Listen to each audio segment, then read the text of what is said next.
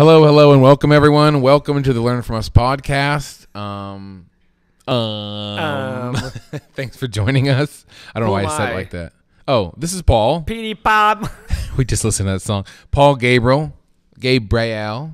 Gabrail. Our former DN students used to call me. This is Seth. Thanks for joining us. We're super stoked to be here to talk about investing and real estate and money and squatty potties. And can I thank you for paying for my Egg McMuffin this morning? Tell me the story from your end. What happened? Without cheese. So I'm gonna go to the McDonald's and I see Seth's red Tesla. Now, as a and by the way, I want to take a picture of it and write Tesla. I was trying to do that, but I couldn't write that. It was a long story. So if you're out there in this world and you own a Tesla, I saw this picture online and someone's license plate said T-E-T-H-L-A, Tesla. And they said, is this Mike Tyson's Tesla? But if you're out there and you haven't registered your plates yet, please try and track down Tesla. So, I mean, I've mentioned this before on the podcast that Paul is not really a foodie, I would say. You know, I come up and I want to go to some beautiful steakhouse and he wants to go to Chipotle. Chipotle is fine, but I think a lot of people would be surprised that someone who has amassed your portfolio really enjoys romantic dinners at McDonald's and romantic morning dinners or morning breakfast by yourself. But so Paul pulls the Bentley up to McDonald's today. Is that really necessary? You talked about my Tesla. Tesla is different anyways. Go ahead. And so, yeah, what was your... So listen, I don't have any chances to pay for Paul's dinner. I mean, I guess I have every chance, but he normally takes them. And so I said, listen, this is where I can really get him. I mean, I knew you were going to do it. I can pay for his meal because he's behind me. It's like, it's a really cool move to do. It'll only cost me maybe like $3.25 or something cheap. $4.86. So great. I mean, and the guy's head exploded. Yeah. So I said, hey, listen, there's a guy in a white car, creepy looking guy behind me in a white car, Chester Molester mobile. And I said, hey, I'd like to pay for his meal. And he was incredibly confused. Like, by the way, I didn't even tell you the confusion that happened at the following window. Forget about it. No. All the windows.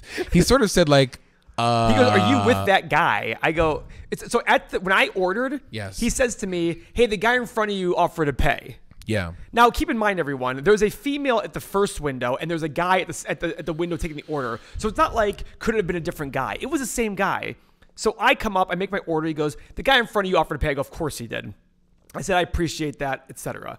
I go to the window, and the guy's looking at me, and I'm like trying to roll past. He's like, well, are you with that guy up front? I'm like, you just told me he's paying for my meal. If I need to give you the money, I just told him as I paid.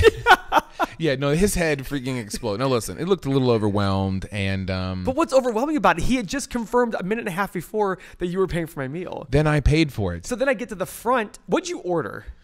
I ordered, now I get the Egg McMuffin, the sausage Egg McMuffin with cheese, and I take the bread off. Oh. I take the bread off. I go to the front, and she goes, did you have the Egg McMuffin no Canada? I go, what the hell's no Canada? Canada? I think like the Canadian bacon is the ham. I go, no, I had the Egg McMuffin no cheese. She goes, oh, that makes sense. She closes the window. All hell breaks loose inside or something. All of a sudden she opens the door. Okay, here's your sandwich. I said, what the hell happened here? So, yes, this is a public service announcement. Don't go to McDonald's and try and buy a meal for the person behind you because chaos ensues.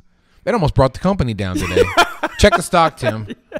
Check the stock. It was incredible. I laughed so hard when I'm like, so you know you pull up to the window and you're just supposed to wait there and give them the money. So I just keep going, kind of thinking, okay, you just confirmed to me that the guy in front of me is paying, and he's like, I saw that. I felt like it was like this. Hey, should I stop? And I finally stopped. I said, are we okay here?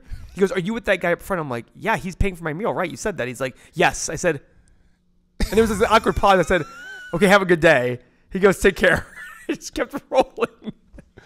Did you pay for both meals, or did they just? Like, I did. It was like $12 or something. So, or what did you $10. order? I get 2 sandwiches, throw the bread out. So I basically eat 2 pieces of sausage with egg on it. Oh, gotcha. Mm-hmm. It's been working for me, the no bread thing. And you're like the snob about the coffee. Like you won't take. Everybody I know who likes coffee likes McDonald's coffee, but you're like, no. No, your brother said that. Oh, Dunkin' Donuts coffee is just incredible, and it was absolute garbage. Like. He must be on a different planet for me because I ordered it. Dunkin' Donuts coffee. You people are crazy. No, actually, I know I'm crazy. I go to the coffee shop and get like a $30 pound of coffee, which I'm super excited. In Akron, dear friends of ours owned Akron Coffee Roasters. Their coffee's incredible. Paul, I'll bring some over.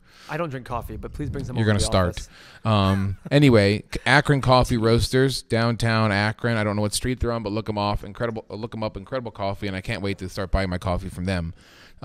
Yeah. So when you move up here. Yeah, when I move home. Okay. That was a great story because I loved the It's amazing how funny life can be. Oh, it was great. Just hilarious. The Tesla was great. And did you confirm it's taken in Ohio? Yeah, yes, it is taken. So my plate number, now that I have had some time to think about it, I wish I would have gotten Tesla or something more funny than what I got. But of course. Yeah. So in other news, I think speaking of the stock of McDonald's stocks are up. Plummeting, yes. Stocks are back up. Paul was wrong, you imbecile. I'm such an idiot. Telling me to sell all my stuff. What are your thoughts on the stock market? So if you all recall, I had brought up on the podcast many times that I sold a bunch of Amazon stock at $7.15 probably 2-3 months ago. $17.15 is what I sold at. And then it dropped down to 15 something. And lower than that. Yeah, validating my sale. And now I look foolish too myself. Short term to look, and I told you that when you said, yes, of course. Look, I'm just talking. I was like, look, Paul, you're right. I'm like, well, let's wait a while here. But what are your thoughts on this? So September, S&P hit 2940 was its max. I think maybe 2930 it closed. By December 24th, it was down to like 2350, and now it's back up to 2830 or something like that. So I'm looking at going, Jesus Christ. And people are like, oh, look, everything is okay now. We're fine. Don't worry, blah, blah, blah. And to me, these are the things, if you look at now granted, keep in mind, Seth, I've been saying this for 3.5-4 years now about how stocks are overpriced. So clearly I look pretty stupid right now. Yeah. However, I always tell people, if I don't understand how something is worth something, I'm not going to invest in it. I'm not going to invest in it. So I'm okay with stocks keep going up. I mean, it sucks a little bit, but at the same point, it's like, if you just invest blindly, I'm okay with that. It's called dollar cost averaging. Invest the same amount every single month. Fine. But don't say it's investing. You're just dollar cost averaging. That's not investing. That's just knowing that by the time you retire in 35 years, stocks will probably be way higher than they are today, et cetera. But I look at this stuff going, man, does anybody not see a problem that stocks dropped 19.8% from September till December and then rebounded completely between December 24th and today, 3 months ago, not even 3 months ago. I'm looking at going, doesn't that make anybody a little concerned about where things are? And they say no, then they say no, whatever. It's just, I think it's confusing to me.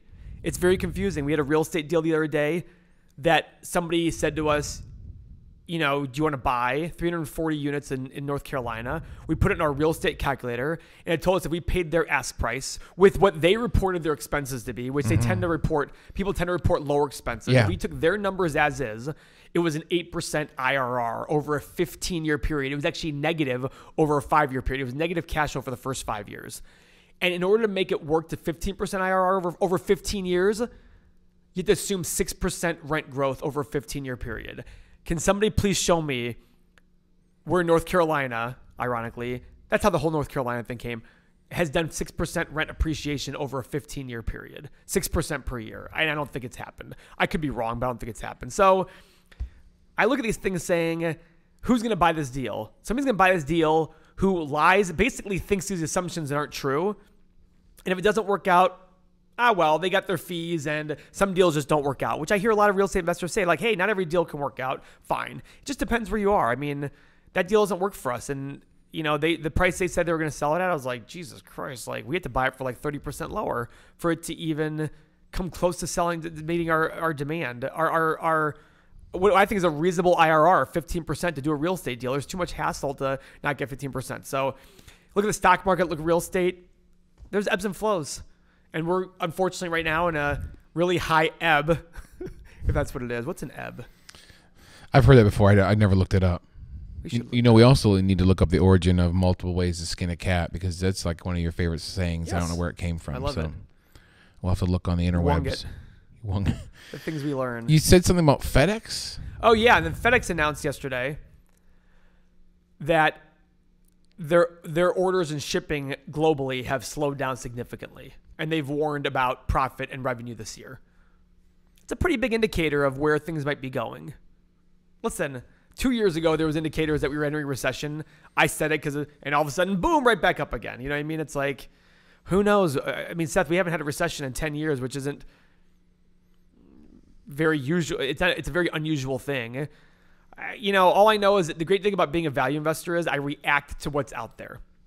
And if what's out there is what I consider to be ludicrous, then I just hold tight and I wait. And for the average person, your job is to keep investing. And that way, when you're 65 or 70 and retiring, you've put money in at high times and low times and it all evens itself out. But for me, I'm more of like, I want to be opportunistic. And when times are worse, I go all in. When times are better, I pull money off the table. We just got an offer for a big property in Columbus and we're going to take it, even though we don't want to lose the cash flow. The cash flow from that property is great. We're going to take it. We're going to take the offer, though, we think. You're selling Columbus? We're selling a property in Columbus. There's 2 properties we're not going to sell. Oh, okay. Unless the price is right. The price on this other property was right, so we're going to sell it. Enter into contract. Who knows if it goes through or not? Yeah. This is the way I look at things. With you, the Amazon thing, the big reason I told you to sell Amazon was what else? What was the other reason? Well, not only is it probably still an overpriced stock in terms of the company, but it was taking up too much of my portfolio. What was it, like 35% of your portfolio? Yes. That's too much to have in one stock. Yeah, and again, it wasn't my plan to have that. It just blew up so much. I bought it so cheap that it ended up becoming, while everything else stayed stagnant, it ended up becoming a vast majority of my savings. So, but anyway. And your buddy Tesla, Elon Musk, last year said, we're going to make money every quarter from here on out. Yeah, I don't think they made money in the first quarter. I heard that too. Yeah. So I'm like, Tesla's a weird company. Well, I think Elon's a weird guy. Listen, I think he's brilliant, but I think he's always kicking the can on the road saying, no, but from here, we're going to do great. And people are like, yes, Elon, you're the best. And it's kind of like at some point, you got to start calling a spade and say, Elon, you don't really tell us exactly the truth all the time. What are you doing? So who knows? All I know is that the company's worth $50 billion and it sells, not even 500,000 cars a year. Ford sells, millions, a gazillion cars a year and is worth 45 billion or something like that, or 40 billion at the same margins, essentially. I think Tesla's got a little bit better margin, but okay. I wonder how many people thought that the downfall in the stock market over the last few months was like sort of maybe the beginning of the end. I did. Yeah. Actually, I thought last February was. When last February happened, we had a sudden drop. I said, okay, now it feels, and this is going purely off of what I felt from people and the things I was hearing. I was like, it feels like now we're at this top. Mm-hmm. And we went and hit a higher top in September. But the topping out process, if you look at all bubbles and all, whatever you want to call it, all tops, they take time. Afterwards, it feels like it happens quick. But like 07, for example, 08 crash, 09 crash, October of 07 was when the peak happened. And it gradually went down and down and down and down and down. It was down about 10%. And then in September, plummet. Rebound a little bit, and then plummet again, and then rebound again. And these things happen. And who knows? I mean, it's different this time, ironically, because we're pumping so much money into stocks. And there's a time at some point, my good friend who I got there's multiple ways to skin a cat, believes at some point the U.S. government will start buying stocks to keep them higher at higher levels, which would be an absolute tragedy. Which would be an absolute tragedy, using public money to buy stocks to make everybody feel like they're wealthier than they are. You're just delaying the inevitable. You can't keep asset prices artificially high forever. It just does not work. It's never worked. Do you understand what I mean by that? Yeah, no, that would blow my mind. I never thought about it like that. I never thought of it. I thought he was crazy when he said it years ago, and it's already been talked about. Like, what if the Fed just starts buying stocks? It's like, oh my God. Yeah, so you're always a big fan when the stock market plummets, you do well. And you said if everything goes south, you're so ready. You've joked around about getting ready to buy and having cash available. I'm sort of now the same way. And so, you've sort of said, I know a lot of people, well, it's like the movie The Big Short. I know a lot of people are going to be hurting when the stock market, when the economy does well. But for people who are waiting for that time to pounce. When the economy does bad. Yeah, economy does bad. Yeah, I say sorry. Yeah, when economy does bad. Yeah. Yeah, but at the same token, my comment is, we're on this podcast. I say the same things every week. I've been writing for a long time. You can check out my blog on econodad.com and see all these things that I write about. And I put my money where my mouth is. And have I been wrong the last 3 or 4 years? Absolutely. Have I had people criticize me for that? Absolutely. But when the opposite happens, hey, I'm logical. The things I'm saying are logical statements. It's just at some point something's got to give. Unfortunately, euphoria can last a lot longer than expected. And the same thing can happen on the downside. If we have a really long, drawn out malaise in the market, that'll be the next criticism of me. Paul, you said stocks are at a good price now and it's been the same for 2 years. Yeah, I know. And that's probably going to happen.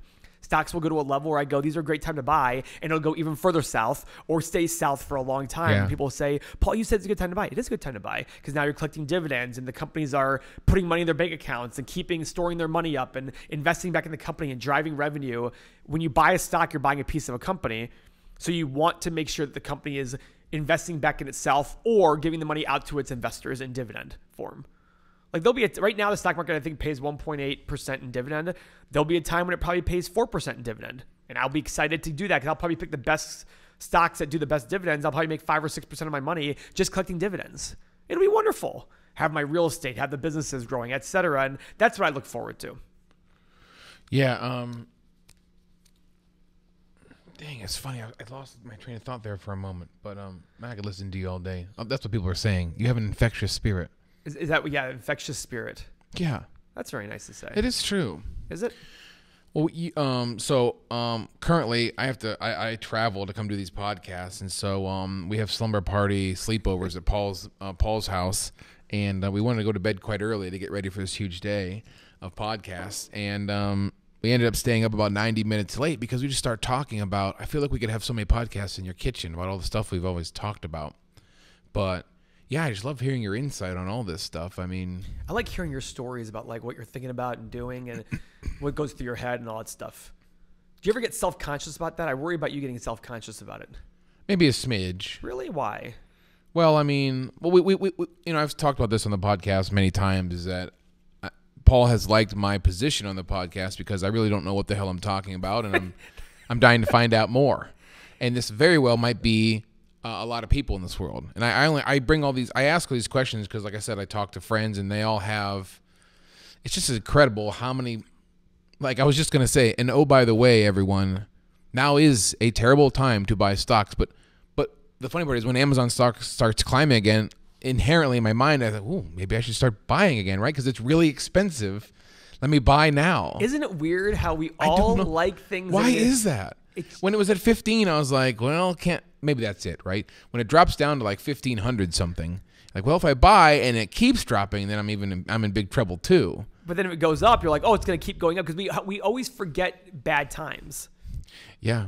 Even now when I see stocks going up again, it's my bad time. I go, man, is this ever going to go back down? And then all of a sudden, I remember in November, December, it was like every day was down. You come out of your office like, yeah, and I was feeling like good. high-fiving. And so I always tell people the stock market's down more than 1%. If the S&P is down more than 1%, I buy the entire office lunch the next day. I was buying like 9 out of 12 days I was buying lunch for Didn't people. you make a Facebook post about the S&P dropping? Yes. So the S&P, what was that post? Drops to 1,800. By the end of next year, I'll buy every one of my Facebook friends Chipotle. Luckily, I only have like 500 Facebook friends. And how many are actually going to cash it in? But will I gladly buy everything? I would love it if I could buy 500 people Chipotle. It'd be a logistical nightmare, but I would figure it out. I would get it done somehow. Logistically. It would be. How would I order 500? I mean, some people live in freaking, one friend of mine lives in, remember Taewon Kim? No. Freshman year of high school. Oh yeah, what am I talking about? You don't remember people that spent all 4 years. I barely remember you.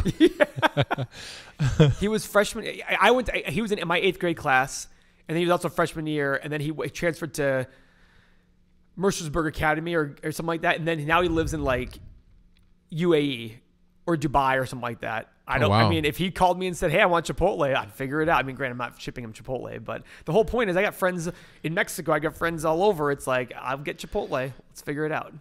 Because the market would fall enough for it to be worth it for me. It's a fun thing to do to like kind of like enjoy bad times for other people and just, Oh, I see. Other people look at it and go, oh, well, stocks should fall. I'm broke, but Paul bought me Chipotle. Thanks, Paul. You're an asshole. I look at it as, if you're a long-term person, you shouldn't care. That's the thing. We all get engrossed in the day-to-day things. Even I do. I'm so long-term, but then I see stocks going up every single day, and I go to my brother's office. He goes, again? I'm like, is this amazing? It just goes up and up and up and up and up and up and up. And then when it goes down like crazy, we're like, again? He's like, it's amazing. It's going down and down and down. And You know, there was a time in 08 and 09 where every day was up 4 or 5% or down 4 or 5% on a daily basis. Like I remember thinking to myself back then, did we ever have days where we were just even or up 0.2 or 0.3? And we did. And because you're so engrossed in the moment, you don't remember. Yeah. And that's the thing about financials that people don't get. That's why euphoria can take things to new heights that are unbelievable, and depression can take things to new lows that are unbelievable, because you don't remember the good and bad times during good. You don't remember the opposite when you're experiencing something. You know what I mean? Like when you and Beth have a bad fight or something like that. Yeah. It's hard to remember when you were like, "Oh, Beth, I love you so much." Yes. And then when you love Beth so much, it's hard to remember those silly fights you had where you're just like, "Beth, I'm going to dump your body into a river." So, remember when you asked me to help you to do that? Yeah, I mean, the Bentley is a big trunk. Well played. I think that one of the last big arguments Beth and I got into, and it's always about either money or kids. Like, yeah, of course. She wants to, now it's funny is like we have a nice saving for retirement. You can never have enough, but she gets actually hung up on that, like we don't have enough savings for retirement, and I get more hung up on, well, I just turned 38 going on 40, and it's like, at what point should we like spend some of this money and do something? Like, I still feel like I'm in my 20s, but now that I'm in my 40s, I'm like, life is going by pretty quickly. We have to like do some things with this money, and this stuff. But no, I laugh because the last time we got in a fight, I like got in the car. I had to drive, do some gig, and I specifically went to like her favorite clothing store. And I don't know, guys, I don't know if you guys feel this way, but like the way I get back at her is I'll buy her something incredible. Oh, really? I'm like, I'll show her. she thinks I'm an asshole. But wait till she sees this beautiful piece of jewelry. I mean, look, I'm not talking, like I bought her something for like maybe $200, a beautiful like little necklace that handmade. There's a gal in Columbus that makes like handmade jewelry. It's really cool. My wife loves it. So anyway, it's really funny. And so yeah, I was all like, that's what I'll do is if I get really upset with her, I'll just go and be like, I'll show her. I'm just gonna buy her some sort of gift. So that's very nice of you. What a good husband you are. Well, it was just funny. I was like, I thought that's what other people do, but it's just I don't know, that's what I do. So what % of arguments are you right in? Oh God, right and wrong. I'm not as good as a parent. I don't think. I don't study books. I probably take more of a old school mentality, which a lot of times I've known probably has been proven not to work. I'm not talking like spanking or anything, but like even my 8-year-old has told me recently, like he'll get done with a basketball game, and instead of like, well, I guess instead of doing what kids have been having for many, many years is like, oh, you're incredible, you're the best, you're amazing, blah, blah, blah. I just go to like, listen, you're still doing this on this play, you're still doing that. And if it causes us to lose, which it very well might have that day. Everyone's a winner though, Seth. Yes. Well, don't get me started, right? I know, it's terrible. My kids are absolutely these kids, not for me, but I've tried to explain the opposite. I mean, these are the kids, they absolutely think that if they go to a wrestling tournament and win 2 matches out of 6, they where's their medal? Where is their ribbon? Like, I'm like trying to tell my kids, like, you don't get a medal just for showing up and losing more than you're winning. But they're just so used to getting a medal, and they love it. But hasn't it already been proven that entitling these kids isn't really working? Listen, I don't know. I've never read the studies. All I know is that I can't imagine that telling every kid every single time that no matter how poorly you do, you're still a winner is going to benefit us. No, there are studies. I've read them. I'm sure there are. They're absolutely there's absolutely ones that show that now we've gone through a whole generation of entitling kids when they're younger, and then they obviously get older and they're more depressed. They're more prone to. They don't have as many friends. Why is that, by the way? That's true, but why is that? Why do you think this? And I'm not trying to get morbid here. Suicide rate amongst higher income people, sure. and look at racial divide. I mean, suicide rate amongst minorities sure. versus white people. It's like it's a lot higher amongst the privileged because you sit there and say they're used to getting everything. They can't handle the bad stuff. You know what I mean? That's my kids too. That was very morbid. Well, that's my kids too. They'll lose a match and the world is over. They're starting to get over it, but I have to have sit downs with my kids of like, no, you don't get a medal today. Yeah, you lost, and your options are. We can work on getting better or continue the feeling of losing. Yeah. And then when they do win, I ask them, like, do you like this feeling? This is those practices you didn't want to do. Yep. And so, but that's what we argue about parenting because I might misparent a child, or and then. In whose eyes? Beth's eyes? Yeah, but that's okay. I wish Beth was here right now. Yeah, I mean, she is a better parent than I am. Whatever that means. I guess so. By the book or by the... Well, you have pretty good kids anyhow. Yeah, they're great kids. I mean, so I just try to tell them things that I wasn't really told when I was a kid.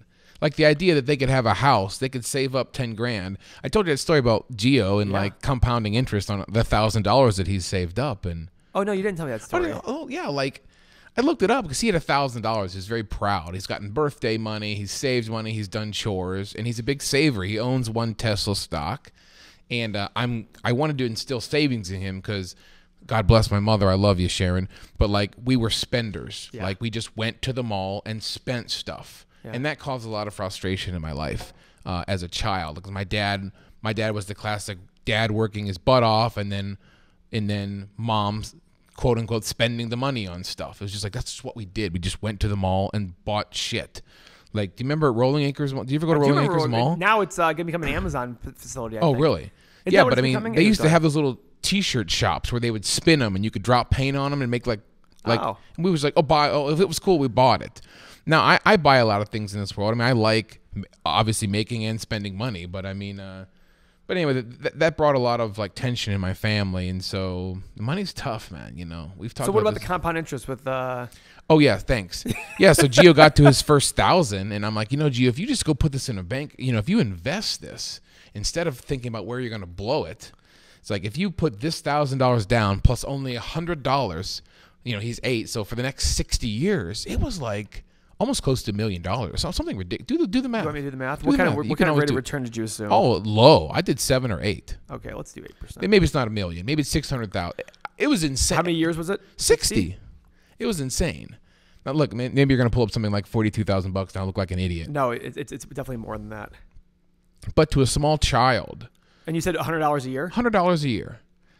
To a small child, like no one. I was into my mid-30s. It's like $250,000. $250,000 from 1,000. Yeah, from 1,000 and with $100 a year. I think I had $1 million in my mind. I probably said $250,000, which obviously like gets a kid fired up. But the point is, no one told me until I was 28 years old you got to save money. Now, mind you, I was in school. I was in graduate school until 29. Never had a real job. I mean, I was making very minimal stipend at school just to pay for my rent and everything. But, you know, I wish someone had told me. Now, finally, I got a job at 29 where I was working with people who were my parents' age. And they started instilling, like, wait a minute, you're not doing your Roth IRA outside of work. You're not maxing out your IRA at work. And it wasn't until I started doing that I developed a nice savings. Which is pretty hefty. It was pretty nice right now. Yeah, it's nice. For 5 years, I was completely maxing out the savings I could have at work and my Roth IRA and Beth's too. And Can I make a comment by the way? If that 8% return just becomes 10%, it's like $230,000 becomes $640,000. $640,000 just by changing from 8% to 10%. From $1,000. And the stock market has done about 9.9% with dividends over the last 100 some years. Yeah. And that also shows how financial planners can be a waste of money because they're going to charge you 1% to 2%, and there goes that return right there. Now, I'm glad you always said that because not knowing this, I thought that for the last 10 years. I'm like, I don't get financial planners. I love them as people. I just don't understand what... They're not. So people think they're there to pick stocks. No, they're there to That's exactly manage your what I emotions. think. They're there to manage your emotions. If their stocks are down a lot, they're there to say to you, we have a long-term plan. And a good financial planner's job is to say, please save, please do this. And when stocks fall, don't get upset. And when stocks go too high, don't think you're the richest person in the world. It's not going to end. I mean, that's a good financial planner, which means like very few. But yeah, no, I mean, I think a lot of people still to this day don't know what they think a financial planner is doing some magical thing. And I'm like, you can go on Fidelity on your phone and buy $1,000, $100,000 worth of stocks. They'll charge you $4 right now. And that's the end of it. Like, it's not like. It's the end of it. By the way, what you just said, it's the end of it. That's the end of it. That's it. Yeah, that's it. Yeah. And if you buy a good diversified mutual fund, I mean, like index fund or something like that, you'll have very low fees and you'll match the market, which is more than those guys are going to do. I try to show this to people, and the people are like, oh, I have to, I have no clue. I'm like, it's just on your phone. Just like send them the money, and then you just press a couple buttons, and they charge you $4.95 for the transaction. But like we always say, though, if a financial planner is there to massage you and make you feel better, there's multiple ways to skin a cat. Yeah, I think it's great. But the problem is financial planners, when stocks drop, the vast majority then take credit. They pat themselves on the back. See, I told you all that stuff. It's like, no, you don't know the financials of the company. You can't tell me you picked it for the right reasons. So, but I'm glad your kid is getting into that a lot. I mean, my parents are always big savers. But we never sat down and understood how that saving was going to end up being 30, 40 years from now. I learned that on my own, but I learned the whole let's be smart savers from my parents. My parents think I'm a frivolous spender now, and I still save, 80% of my income, and they think I'm a frivolous spender. But that's just old school mentality of we're foreigners and all that stuff. And, but at the same token, it's like, I never sat down and learned until I was like in high school going. I remember there was a kid in high school who wanted to borrow money from me, and I said, no, I'm not going to give it to you because you don't pay me back. It cost me $180 my retirement. And he was like, nerd, and he just like went away. And I was like, that's the way I thought back then, though. You know what I mean? See, no one ever told me. I blew so much money in my 20s on just so. But what's mitochondria? What are you saying? Mitochondria, it's a joke. It's like it's a powerhouse of the cell, but yet we didn't learn about things like saving. Exactly. Oh yeah. You know what? Yeah, sure. Deoxyribonucleic acid and the RNA strands and yes, RNA. Yes, I do know all of that. I mean, the crystal structure. PhD. Oh yeah, that's from biology though. Yeah, that's biology. But I mean, yeah. So you're right. No, I wish someone would have just told me because I was at college and it's just I don't know. I just wasted so much money, and had I invested, anything a long time ago. So anything. That's what I'm trying to teach my kid, man. Just like anything. Just like he still just wants to be like, okay, now what do I blow all this money on? It's like, man, you can do so much. And by the way, there's fun. I always tell people, you can't live this life of, like, remember Mr. Rohr? Mr. Rohr. From high school? I remember the name, yeah. So he was supposedly, like, independently wealthy from saving, but he lived this lifestyle of, he kept his house at 54 degrees. He had, like, lawn furniture. I remember him. You know what I mean? You're like, well, there's a healthy balance between enjoying, what's the point of saving and having $2 million in your bank account if you're going to spend $30,000 a year? Now, I'm not sitting there saying, okay, then spend $2 million and then go. No, I'm sitting there saying there's a healthy balance somewhere of saying you've got to enjoy life as well as spend. Oh, that's you. That's not even me. Sorry, bro. My computer's chiming in. That's okay. I wish there was a way to turn off the sound on your computer. Although my alarm's probably going to go off shortly. Who knows? Well, we digress. Well, the whole thing is there's that healthy balance of saying you need to enjoy life, but also you want to plan so that you can enjoy life later. Because as you said, we're 37. I'm 37. I'll be 38 soon. The last 16 years have flown by since college. I graduated from college April 26, 2003. That was 16 years ago in a month. 16 years before that, I was 5. I was starting school. Do you know what I mean? It's nuts. And I look at that going, okay, so I'm glad. I really wish people understood that. Like the kids, every kid, doesn't matter about the kids these days, every kid, when you're 18, thinks you have a gazillion years till retirement. Was me. Yeah. And then now we're going to be 40 in 2 years. You're like, but we're like closer to retirement than we were at high school. Okay, shit's getting real now. You know what I mean? That's why, I always tell that's why I always teach at Walsh, and I want to almost put a class that every kid has to take saying, let's talk about savings. Because when I show them how saving $100, and every kid, listen, don't tell me that a kid in college can't save $200 a month. Yes, you can. Go get a job. No doubt. I worked in college. I worked at a bowling alley. Yeah, that's right. You did say that. I blew all the money. I'm a hell of a bowler. I can go out and throw 200 like it's nothing. Like, oh, so you got to talk. And my average is probably around 160, 165. Andrew's probably 175, 180 back in the day. My all-time high is 247. I started out with 7 strikes in a row, left the open, and then finished with a turkey and a couple spares in between. 247 is my high. Wow, that's great. I did better than that. But well, I'm sure your high is better. Do you have a perfect game? My dad threw a 297. Did I ask about your father or did I ask about you? I did not throw a perfect game. However, one of my wedding clients has thrown like 35 perfect games. 35? Dude's insane. He does like tours. He'll like go to like opens and on teams and do great. Wow. He's down in Columbus. So what's your high? If you tell me 248, I'm going to laugh. 263. Oh, not much higher than my 240. No, maybe a 270. Yeah, one of those. You got eight or 9 strikes and you duff out. And where was your bowling alley of choice back in the day? Turkey Foot Lanes. Is that Turkey Foot? Where's that? Turkey Foot Lake?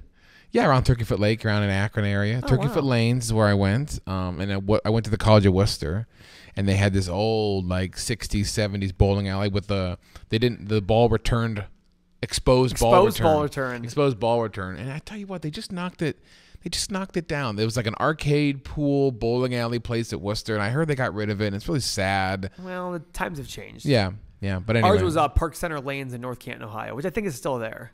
Oh, by the mall? No. Okay. I would go down there too, by old Belden Village Mall. That's right. We would literally senior year, all the guys, we would all decide where are we bowling today. Oh my gosh. That's for Friday and Saturday night. We'd be like, okay, where are we gonna go bowling? That's what we did. One of the first dates I took Beth on, we went bowling. Did you really? Yeah. I can't imagine Beth being a good bowler. No offense, Beth. Why do you say that? You know, the whole like dainty, cute girl going, I want the pink ball. I give you the pink ball. And then she's launched. She's not. Yeah. I remember vividly, like, she's gorgeous still. And I remember vividly, like, bowling gave me a great opportunity to stare at the behind of her as she was rolling it. Yeah. That's a good idea. Yeah, it's great. So that's a great plan, kids out there. Kids of all ages, take her bowling. Well, listen, I don't know what the hell we started talking about. So we're talking about stock market falling. Stock market to checking chicks' asses when they bowl. That's what we've gone to. Yeah. Good plan. But it's the same point. It's like we talked about yesterday. It is the same point? No, it really is. Because think about how you viewed Beth back then versus how you view her now. You know, when you guys do work together, you guys quarrel. Yeah. You don't have this euphoric feeling about Beth. Like right now, you're not sitting there going like, I wonder what Beth's doing. But back when you first fell in love with her, you're probably like, I wonder what Beth's doing. You probably sat in AP Bio with Mr. Hossman. You probably thought, Beth. You were in that class with me? I was not. I refused to take AP Bio. Oh, okay. We dissected cats. You didn't ever get to do that. No, I was not. It's funny. He's the son of two doctors, and I had no desire to do bio. Yeah, that is funny. I didn't do any. I like chemistry a lot, ironically, with Mr. Hossman as well, but physics was my jam. You and I, did we have physics class together? Well, I think we did. We had Parker. Yeah. I'm wondering if we had the same class. I think, why do I remember like we did maybe? I would ask you who was in that class with us, but you're probably like... Our 20th anniversary is coming up, so... Our 20th high school reunion is coming up. Anniversary. Reunion. Yes. And I need to just stand next to you so you can tell me everyone's names. Well, you need to stand next to me so we remember that it's funny. At the 15-year reunion, Seth and I had not rekindled our friendship. And by rekindled, I mean started it.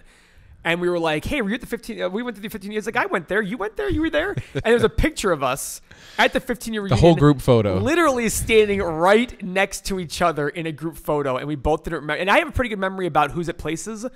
I can understand you not remembering, but literally you're standing next to me. And your wife took the freaking picture. And I don't remember any of that. Wow. Did we even say hi? Well, probably not. I probably remembered saying hi to you. I remember John Adams thinking I was Navoa. You do look like him. Well, he said to me, he's like, hey man, he's like, I always tell people. He had a conversation that you were. Oh yeah, because he goes, I always tell people, he's like, I know a guy from my high school went to Harvard. I'm like, I didn't go to Harvard. He goes, yeah, you did. So Paul and I, besides not being friends for the past 15 years before the last 3, since high school we weren't friends. Right. But we have so many ties. Like the best man in my wedding, who we went to high school with, who is now working at Stanford as a dermatologist, went to Harvard Med School, got in a fight with Paul. There wasn't a fight. Well, it wasn't a fight because it was a very one-sided fight. It was a one-sided fight. He clocked me perfectly in the face. The only time I've ever been punched in my life. 8th grade, perfect connecting left-handed jab, whatever you call it, and I got in trouble for it because I guess I was accused of pestering him. But I had to go to the front of the bus the rest of the year. And the funny part was that he and I became friends again in high school. And it was like for the first year we went to a movie together. And then you would hang out with people that my wife dated in high school. Right. So one of my best friends from 7th, 8th grade. So it's not like we're like, this is weird how our lives are intertwined. But I'm certain I'd love to go to that 20th reunion. We should act like we don't even know each other at the 20-year reunion and be like... Like, who are you? I'm the guy in your podcast. I'm excited, though. It'll be fun. Yeah. And people will probably... Listen, a lot of people from our high school class listen to this podcast. Oh, wow. Yeah. Well, I say a lot of people. It's probably like 6. But the whole point is... I love that school, man. Oh, yeah. It was great. And the people that. were nice. And the people are nicer after high school than they were during high school. Yeah, they are. That's nice. And Seth still has his wallet. Can you show the wallet, please? Oh, it's over there. It's over. Oh, damn. His wallet's from like 1994. Yeah, so we photograph brides and grooms, obviously, for their weddings, and it's strange because now I am literally photographing people who are younger than my wallet. Yes, isn't that incredible? It's a chain wallet I got in 1994, Arizona Jean Company. I let go of the chain, many years ago. I remember you wearing the chain in high school. But that was really cool. I mean, listen, as I told you, I was trying to like fit in with the cool people. So that first off, when you say that, you realize Walsh was not the place where wearing a chain wallet was a... Well, being different was always fun, too. I mean, like, I didn't want to, like, wear, remember the 90s where the soccer guys did wear the Adidas shoes. Like you could just point out all the soccer players because they had those Adidas shoes on. That's like true. that was the thing for them to do. That's true. And I maybe just being different because I kind of thought I was. I drove a long way to get to the school. But you were very well liked. Well, yeah, thanks, I guess, yeah. Thanks. Yeah, I mean, sure. I wish you had that beard in high school. I mean, that would have been awesome. That wasn't a thing back in the 90s, was it? No, it's just recent. But now a lot of people, more people have it, and it's, now you read those articles like Men's Health, like the beard's already out. Like, it's gross, guys. Get done with it. And I was like, hey, I like it. If you ever shave your beard, I think we're done with this podcast. Yeah. That's right. Speaking of being done, thank you, everyone, for joining. We talked about investing for like 20% of it. Hopefully people are still listening. They are. Join us next time when we talk about ridiculousness in our life, and hopefully you're learning something from our high school stories. Probably not. It actually does. Let's go back to it. It does apply, though, because imagine all the things we thought back then that was our world and our reality versus now. And the same thing happens in investing. And I'm not trying to that's the point when I tell people when they say, oh, that's not going to happen. I go, imagine in your life all the things you don't care about today that you cared so much about 20 years ago. When I talk about companies, when we were in high school, the number one companies were Dell and Microsoft. Can't be touched, nothing. Nothing's going to beat them. Name me the top 5 companies right now. You might mention Microsoft. After 8 years ago, they were considered a dead company. You know what I mean? So I look at that stuff saying the same stuff happens over. Apple and Amazon are the number one companies in the world right now. How is Microsoft doing? Isn't it, dude? Very well. I go to the mall, and the difference between the Apple store and the Microsoft store is just sad. It's just like they got a dozen people standing around. There's nobody there. Really? You go to Apple store at Easton, and it's like a rock concert. It is a rock concert. Like on a daily basis. And probably in the next 15 years, 10, 15, 20 years, at some point, it will be another company, not Apple. And we talking about nobody goes to the Apple store anymore. They haven't changed. These things always happen. I'm reading that book of security analysis. But in 1934, the companies they talk about this is, hey, the North Carolina Tobacco and Tea Company. And there's literally not a single company. They don't even mention General Electric in there. And General Electric was started in the 1800s or whatever, early 1900s. All these companies don't exist anymore. Things don't last forever. GE was the number one company in the world how long ago? And now people are talking about, is it going to stay alive? These things go in cycles, just like your wallet goes in cycles, just like, well, most people's wallet, just like everything goes in cycles. Beards were the thing, and now Men's Health says get rid of it. It's like cycles happen. That's why you can't rely on Amazon always being the number one. You can't pay a premium for Amazon because it's going to be the number one company in the world forever. It's not going to be. I'm sorry, folks. 20 years from now, it probably will not be Amazon. It will probably not be Apple. Probably won't be Google. Probably won't be Facebook. It will be something else that probably doesn't even exist right now. It's amazing to think about. Yeah. All right, everyone. Thanks for joining us. This Thanks is Paul. for having us. This is Seth. Learnfromus.com. Join us in the future. Thanks, everyone. Talk to you soon. Drop the mic.